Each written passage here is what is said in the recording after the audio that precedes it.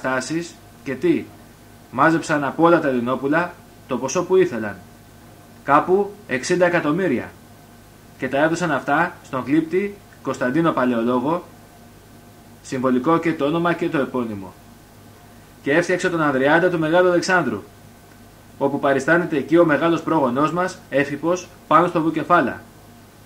Και οι περισσότεροι Έλληνες, και μάλιστα οι μεγάλοι και περισσότεροι δημοσιογράφοι και το συνάφι τους, κατηγορούν τον Μεγαλέξανδρο τον ελευθερωτή των λαών.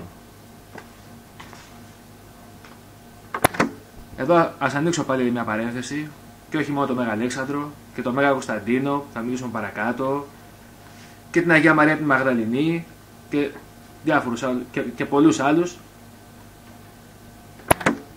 Βέβαια ξεχνάνε ότι ο Άγιος και Μεγάλος Κωνσταντίνος ήταν σε θέση να κυβερνήσει μια ολόκληρη αυτοκρατορία, την πιο αχανή αυτοκρατορία που υπήρξε ποτέ στην ανθρωπότητα, από Ανατολή μέχρι τη Δύση και από Βορρά μέχρι Νότο.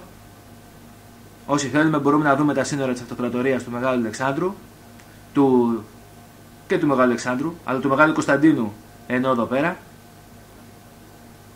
και μπορούσε και κυβέρνησε τόσο κόσμο, και αυτοί που τον κατηγορούν δεν μπορούν να κυβερνήσουν ούτε τη σκέψη τους, ούτε το χέρι τους. Μιλάω για αυτούς που πετάνε πέτρες για παράδειγμα, ή για αυτούς που πετάνε τούβλα όταν μιλάνε. Και κλείνω πάλι την παρένθεση και συνεχίζομαι με τη βοήθεια του Θεού, που όταν απέθανε εκείνος 13 Ιουνίου 323 π.Χ. στη Βαβυλώνα, η μητέρα του Δαρίου του Τρίτου του Κοδομανού απέθανε μετά 3 ημέρας, γιατί από τη λύπη και τον πόνο της, γιατί χάθηκε ο σπουδαιότερος άνθρωπος του κόσμου, πια η μητέρα του εχθρού του Δαρίου του Τρίτου, τον οποίο δεν φώνεψε ο Αλέξανδρος, αλλά οι ανταπαιτητές του θρόνου του Δαρίου, τον εδολοφόνησαν. Και πάντρεψε ένα χρόνο πριν κοιμηθεί, στην Όπιδα, ο Μέγας Αλέξανδρος πάντρεψε τον Ελληνισμό με την Ανατολή και τα έκαμε ένα, και είπε να έχουν ειρήνη και αγάπη, να πιστεύουν στο Θεό που είναι κοινός πατέρας όλων, να καταθέσουν τα όπλα, να μην πολεμούν, να λύσουν ειρηνικά τις διαφορές τους. Και διακριτικό γνώρισμα μεταξύ των λαών δεν είναι πλέον οι φυλές, τα έθνη και τα υπόλοιπα, αλλά οι αρετοί. Όσοι είναι ενάρετοι είναι Έλληνες, έλεγε, γιατί οι Έλληνες εξάσκησαν την αρετή στο μέτρο των δυνατοτήτων τους, στο μέγιστο βαθμό. Ανοίγω πάλι εδώ μια παρένθεση, και οι αρχαίοι Έλληνες εξάσκησαν την αρετή. Ας θυμηθούμε το πρότυπο του αρχαίου κόσμου, που ήταν το καλός και αγαθός, όπως επίσης ότι ό,τι γίνονταν έπρεπε να γίνεται επαγαθό, για το καλό δηλαδή, αλλά και τη φιλοκαλία των νηπτικών πατέρων της μετά Χριστού εποχής πλέον, που τι είναι? Η αγάπη για το κάλος, για το ωραίο δηλαδή, και την αρετή. Κλείνει πάλι η παρένθεση και συνεχίζουμε. Όσοι είναι ενάρετοι είναι Έλληνες, έλεγε, γιατί οι Έλληνες εξάσκησαν την αρετή στο μέτρο των δυνατοτήτων τους, στο μέγιστο βαθμό. Και όσοι δεν είναι ενάρετοι δεν είναι Έλληνες, και ας είναι Έλληνες. Ισχύει και σήμερα αυτό, και για την πατρίδα μας και για πανταχού. Αυτός ήταν ο Μέγας Αλέξανδρος, ο πιο ένθεος από τους μεγάλους στρατιλάτες και ευεργέτες του κόσμου. Θα έχουμε όμως την ευκαιρία όταν πλησιάζει η επέτειος του θανάτου του να τα πούμε. Και κάποιοι ρωτάνε, γιατί πάτερ μιλάτε συνέχεια για αυτά τα θέματα, για την ιστορία τη Βυζαντινή, την αρχαία, την τουρκοκρατία και το 21. Όλα αυτά έχουν μέσα τους τον Αναστάντα Χριστόν. Η αρχαία ιστορία τον είχε ως άσαρκον λόγων, και η Βυζαντινή και η υπόλοιπη μέχρι σήμερα ιστορία τον έχει ως ένσαρκον λόγων. Γύρω από τον Αναστάντα Χριστόν έγιναν και γίνονται όλα αυτά. Και εδώ θα ήθελα πάλι να ανοίξω μια παρένθεση, καθότι ξημερώνει της Αγίας Εκατερίνης, Ναυριανή,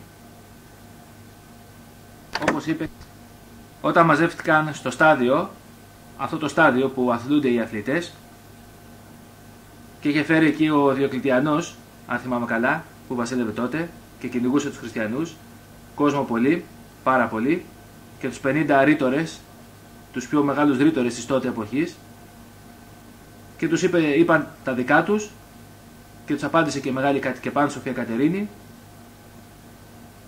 ότι όλοι οι σοφοί, και μάλιστα τους απάντησε μέσα από πηγές, μέσα από αρχαίους, ότι όλοι οι σοφοί αυτό για τον οποίο μίλησαν και αυτό για τον οποίο ουσιαστικά προφήτευσαν και αυτόν τον οποίο περίμεναν ήταν ο Ιησούς Χριστός, η προσδοκία των εθνών.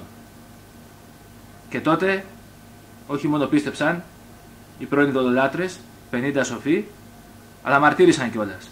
Και μαζί με αυτούς και άλλους πολλοί εκατοντάδες κόσμος τότε. Ακόμα και αυτή η βασίλισσα η ίδια και με την ακολουθία της. Όσοι ενδιαφέρονται μπορούν να τα διαβάσουν αυτά στο βιβλίο με το όνομα, το ίδιο αυτό όνομα που είπαμε πριν, Ιησούς Χριστός, η προσδοκία των εθνών. Μπορεί να το ζητήσουν σε χριστιανικά βιβλιοπωλεία. Κλείνει εδώ πάλι η παρένθεση. Και συνεχίζουμε. Και με την έμπνευσή του κατορθώθηκαν τα μεγαλεία και οι υπέροχες πράξεις των μεγάλων της ελληνικής ημών ιστορίας αλλά και της παγκοσμίου. Ο Κύριος κατευθύνει και καθοδηγεί τις τύχες της ανθρωπότητας. Οι άλλοι μπορεί να νομίζουν και να πιστεύουν πως είναι πλανητάρχε, πως είναι οι δοκούντες άρχιν των εθνών, πως είναι τα λεγόμενα αφεντικά. Αλλά το αφεντικό του κόσμου ήταν, είναι και θα είναι πάντοτε ένα. Ο Κύριος μας, Ιησούς Χριστός, ο εκ νεκρών Αναστάς, ο οποίος μπήκε στην ιστορία και έκανε εισβολή σε αυτήν και στη ζωή μας και από τότε συνοδοιπορεί με την ανθρωπότητα και με τον καθένα μας έως τη συντελείας του αιώνος. Άφησαν λοιπόν οι Βυζαντινοί μας πρόγονοι τον Αναστάντα και τη σταυροαναστάσιμη πορεία και ζωή και γέμισαν σκοτάδι. Και τότε πια ζητούσαν βοήθεια από τη Δύση, η οποία δυστυχώς τις περισσότερες φορές ήταν εχθρική μαζί τους. Και τους επέφερε και μια άλωση στα 1204 και τους ενέπαιξε σε μια μεγάλη σύνοδο που έγινε στην Ιταλία, στη σύνοδο Φεράρας Φλωρεντίας. Και ήσαν πια αρκετοί από τους Βυζαντινούς προκατηλημένοι με τους Δυτικούς. Και όμως στα βάθη τους, ενωτικοί και αθενωτικοί, είχαν μια ευγένεια απέναντι στους Δυτικούς. Και όταν οι Τούρκοι πήραν την πόλη, η δημοτική μούσα, το κοινό αίσθημα και αγάπη και η στοργή του λαού που φωλιάζουν στα σπλάχνα και στα κατάβαθά του, παρακαλεί τα πουλιά, τον αγέρα, τον ήλιο, τα ταχυδρομεία της εποχής εκείνης, μην ξεχνάμε και την ταχυδρομική περιστερά. Τα ταχυδρομεία της εποχής εκείνης να στείλουν λόγο στη Φραγκιά και να έρθουν 3 καράβια να πάρουν το Σταυρό, το Ευαγγέλιο και την Αγία Τράπεζά μας. Από τους Τούρκους τι να περίμεναν? Βαρβαρότητα και καταστροφή. Είχαν μια ελπίδα στη Φραγκιά, μα και αυτό εχάθη. Όμως αυτό είναι το συγκινητικό. Δεν εχάθη από τις καρδιές των Ελλήνων Ορθοδόξων Χριστιανών αυτή η στοργή, αυτή η αγάπη, αυτή η αρχοντιά απέναντι στους Φράγκους όλους. Γι' αυτό και η ελληνική ψυχή είναι απαράμιλη, είναι αθάνατη, είναι εκπληκτική, είναι αρχοντική μέχρι σήμερα. Και όλα αυτά γιατί είναι Ορθόδοξη. Γιατί μιμείται τον ανεξίκακο Χριστό μας, τηρουμένων των αναλογιών φυσικά, ο οποίος από το ύψος του σταυρού του παρακαλούσε τον επουράνιο πατέρα του για τους σταυρωτές λέγοντας «Πάτερ, άφες αυτής, ου γαρίδαση τι ποιούσι». Και όταν ανέστη εκ νεκρών και εμφανίστη στους μαθητάς και αποστόλους, τους φέρθηκε με άκρα ανεξικακία και καλοσύνη και τους εδώρισε τα δώρα της Αναστάσεως, την ειρήνη και την χαρά και το Πνεύμα το Άγιο. Και ξέχασε πως πριν λίγες ημέρες, πριν 3 ημέρες, ο ένας τον πρόδωσε, ο άλλος τον αρνήθηκε και πάντες ομοίως αφέντες αυτών έφυγον, όπως σημειώνουν τα Ιερά και Άγια Ευαγγέλια. Συγγνώμη γάρ εκ του τάφου ανέτειλεν. Ανέτειλε από τον τάφο η συγγνώμη, η οποία αγκάλιασε τα σύμπαντα, αγκάλιασε και αγκαλιάζει όλους. Αυτή είναι η ελληνοορθόδοξος ψυχή. Είμαστε τέκνα της Εκκλησίας της Ορθοδόξου. Είμαστε παιδιά του Χριστού και της Παναγίτσας. Και έχουμε στα σπλάχνα μας ικτηρμούς, ακόμη και για τους πιο φοβερούς και εκδικητικούς εχθρούς μας. Και σήμερα που μας κάνουν τόσα, οι περισσότεροι Έλληνες είμαστε ανεκτικοί, είμαστε μακρόθυμοι, είμαστε ευγενικοί και είμαστε και φιλόξενοι. Τα δίνουμε όλα, δίνουμε και ρέστα, να ξέρετε. Αυτό θα είναι ακριβώς που θα μας σώσει. Ούτε η ανδρεία μας, που δεν έχουμε περισσότεροι, ούτε το φιλότιμό μας, που στους πιο πολλούς έδισε, ούτε οι εξοπλισμοί μας, οι ανύπαρκτοι. Κάθε 3 και λίγο οι Τούρκοι μπαίνουν στο χώρο μας, στον εναέριο, και παριστάνουν και αυτοί τους λαΐδες. Θα μας σώσει λοιπόν αυτή η ορθόδοξη καλοσύνη και συγχωρητικότητα. Παρά τα αυτά, θα χρειαστεί να ξυπνήσει η ελληνοορθόδοξη συνείδησή μας και να δράξουμε πρώτα τα όπλα τα πνευματικά, να βγάλουμε από μέσα μας την εσωτερική άλωση. Στην Κωνσταντινούπολη, όταν έπεσε η πόλη και έγινε η δεύτερη άλωση, η ιστορική, η εξωτερική, αυτό εστάθη αιτία και αφορμή να αρχίσει σιγά σιγά να έρεται, να αναχωρεί, να φεύγει, να σηκώνεται η εσωτερική άλωση. Και αυτό είναι το θέμα μας. Άλωσης και άλωσης. Έγινε η άλωση τότε και οι χριστιανοί Ορθόδοξοι και οι λοιποί ομόδοξοι σκλάβοι αδελφοί μας αναγεννήθηκαν. Το λέει ο Μέγας Μακρυγιάννης. Και περισσότερο το διατρανώνουν οι νεομάρτυρες που ανέστησαν γενναία,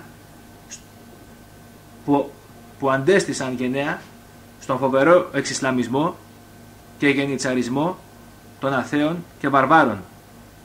Είπαν όχι στον τύραννο που ήταν οπλισμένος σαν αστακός και φοβέριζε τους πάντας και τα πάντα και τρομοκρατούσε την κάθε ψυχή.